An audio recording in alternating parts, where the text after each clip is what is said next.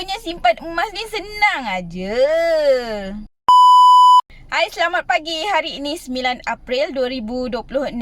Harga emas RM657 untuk 1 gram. Ramai rupanya orang yang nak simpan emas tapi tersangkut sebab rasa takut. Tak tahu bila nak mula, tak tahu nak mula berapa, tak tahu nak simpan mana, takut tak konsisten.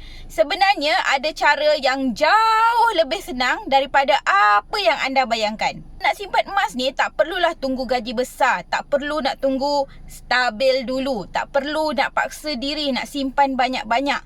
Apa yang anda perlu hanyalah mula walaupun kecil. Contoh, RM100 setiap bulan tukar kepada gram emas. Anda tak rasa terbeban tapi simpanan tetap berjalan. Anda tak perlu nak fikir tapi anda tetap berdisiplin dan sistem yang akan buatkan kerja untuk anda. Dan kat sinilah ramai yang terperanjat. Oh, rupanya simpan emas ni senang aja.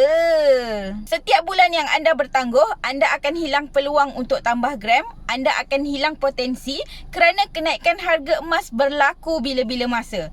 Ramai orang dah mula, anda bila lagi? Simpan sikit-sikit tapi konsisten, itu lagi baik daripada tunggu harga emas turun tapi tak tahu bila. Nak simpan emas? Roger, mau nak bantu? Kontak ada di profil.